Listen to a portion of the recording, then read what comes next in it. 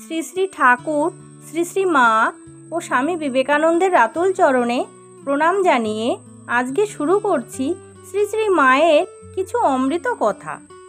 1323 সালের চৈত্র মাসের 27 তারিখে একবার একজন ভক্ত জয়রামবাটিতে মায়ের সঙ্গে দেখা করতে গিয়েছিল।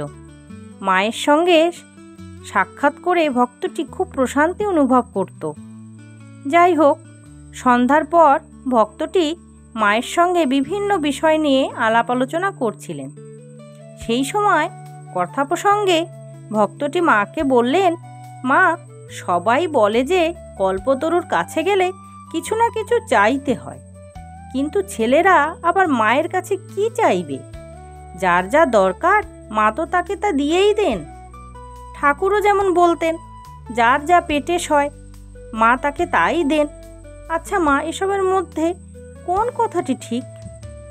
মা তখন বললেন, মানুষের আর কতটুকুই বা বুদ্ধি, কি চাইতে কি চাইবে, শেষে কিনা শিব গড়তে বানর হয়ে যাবে। তার থেকে কিছু না চেয়ে তার শরণাগত হয়ে থাকাই ভালো। তিনি যখন যেমন দরকার তখন তেমনই দিয়ে দেন। তবে কামনা যদি করতেই হয় তো ভক্তি ও নির্বাসনা কামনা করতে হয়। এই কামনা করায় কোনো দোষ হয় না। ভক্তটি পুনরায় আবার বললেন, আচ্ছা মা, ঠাকুর বলেছেন এখানে যারা আসবে তাদের শেষ জন্ম, কিন্তু আবার স্বামীজি বলেছেন সন্ন্যাস না হলে কারোর মুক্তি নেই। গৃহীদের তবে কি উপায়? মা তখন বললেন, হ্যাঁ তো, ঠাকুর যা বলেছেন তাও ঠিক, আবার স্বামীজি যা বলেছেন তাও ঠিক। গৃহীদের ক্ষেত্রে বহিঃসন্ন্যাসের দরকার নেই, তাদের অন্তঃসন্ন্যাস অবশ্য হতে হবে, অর্থাৎ বিষয়ের প্রতি আসক্তি না থাকলেই হবে।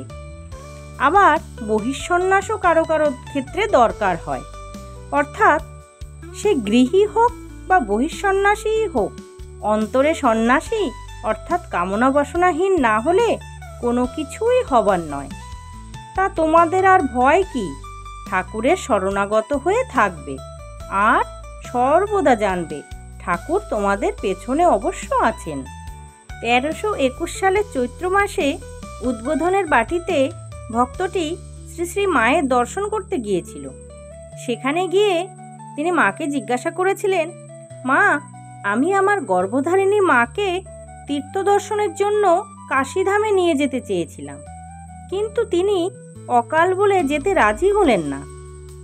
মা তার উত্তরে বললেন, বাবা, অকালে তীর্থ দর্শন করলে পূর্বধর্ম নষ্ট হয় বলে, কিন্তু আবার পুণ্যকার্য শীঘ্র শীঘ্র সেরে ফেলা ভালো।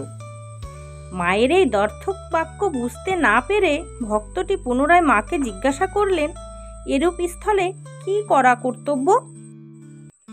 মা বললেন, সংসারীদের মতে একটা কথা আছে যে অকালে তীর্থদর্শন করে না।